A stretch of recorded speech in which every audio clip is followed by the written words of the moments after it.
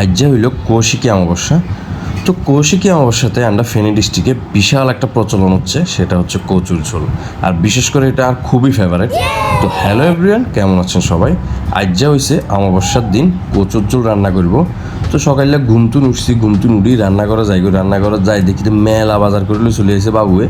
কিন্তু দেখা যাচ্ছে বড্ডা বড্ডা কাঁকড়া, ছোট চিংড়ি, বড় চিংড়ি, ইলিশ মাছ, রুই মাছ সকল কিছু লই আসে। তো এখান দিয়ে মা আগে তুমি সব রেডি করে রাখে, আই জাস্ট রান্না করা যাই দেখি, এরপর একটু ভিডিও করি। এখান দিয়ে কচু টচু আগে রেডি করে দেখলে মা এগুলো শুরু করে। আর এখান দিয়ে সম্পাও, পেঁয়াজ, আদা এগুলা করা শুরু করি দে। এখান দিয়ে ইলিশ মাছ এবার ম্যারিনেট করে বেলায় হলুদ, মরিচ, মশলা সব কিছু দিয়ে ভালো করে মা মাখি লয়। মাইকবার এখান দিয়ে রসুনের কাজও চলে। তো আসলে এই কচুর ঝোলেতে এত মজা লাগে, এত মশলা লাগে যেটা বলার বাহিরে। এখান দিয়ে মা আরও আদার্স কত কিছু রাখবো, এটার লাই শাক, কুমড়া এগুলো করবো বাজি টাজি। তো এখান দিয়ে কচু মোটামুটি হয়ে আসলে দেখি যে মা গরম জল কথা এখানে ডালি দে। তো গরম জল এখন ডাইলবার হরেতে দেখি যে এবার মা এন দিয়ে আরেক চুলাতে ইলিশ এখন বাজি করি গেলাম। তো ইলিশ বাজতে লোভ লাগে উঠছে, মনে করতে একখান খাইয়ালাই, কিন্তু না কত যে সব কিছু সুন্দর মতো ওইবার হরে খাইতে হইব না, রান্না করে জায়গা দিত না। তো এটালে বরিছি রান্না করার এক কোনা দিয়ে দেখিয়ে দিন দিয়ে কচুর ঝোল খালি হুডের আর হুডের কি সুন্দর লাগে। মশলা মনে কদাখান দিছে এটা বলার বাহিরে। ইন্দি দেখেন ইলিশ মাছ এখন ভাজি করি করি আস্তে আস্তে রাখের এর এখন দিব। ইন্দি আবার পেঁয়াজের বেরেস্তা করিল।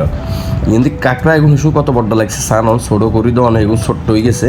এবার আস্তে আস্তে এখন ভাজি করি একদিন কচুরতে প্রথমে কাঁকড়া দিছে, এর হরে পর্যায়ক্রমে চিংড়ি দিব, ইলিশ মাছ দিব, ছোটো চিংড়ি দিব। ইন্দি চিংড়ি সবগুলা ভাজি গেলার। তো কচুর ঝোলের দিন আসলে আর বাইরে যাইতে মনে করে না, কতক্ষণে কচুর রান্নাটা হইব, কতক্ষণে ঝোলটা খামু, আমার মূল টার্গেটে এটা। চিংড়ি মাছ এখানে তো বেশি ভালো লাগে কচুর মশলার ঝোলটা। তো এবার ইলিশ দিবার পালা, সুন্দর করে সবগুলা ইলিশ দিদের চান, ইলিশের কালারটা চান, কচুর ঝোলের কালারটা চান। তো সব কিছু দিবার পরে আসলে যে ঘরে একটা উৎসব লাগে, ইন্দি সবাইও আইসে, দুপুরে কিছু গেস্টও আছে। তো খুব ভালো লাগে। ইন্দি চিংড়িগুলো ভাজি করে উঠেছি, চাপ করে গিয়ে মারি দিছি, যেটা আপনারা দেখেন না।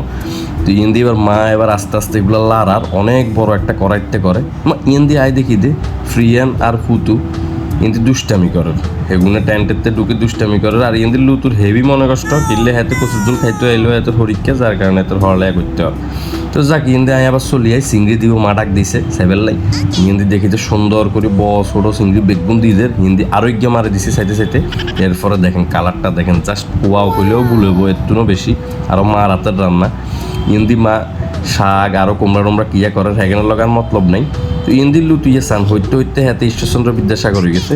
আর ইন্দি আমি মারে বহুত কষ্টে ম্যানেজ করি কই আরে দুধ আমি টেস্ট করি, যাক টেস্ট করছি অবশেষে হয়ে যায় কচুর ঝোল। জাস্ট কালারটা দেখেন, মাথা নষ্ট হুড়ে দেখছি আর কন্ট্যাক্ট, কিন্তু না গেস্ট টেস্ট আছে হেতারাও বই গেছে খাইতো, এররে আমিও বই যাই।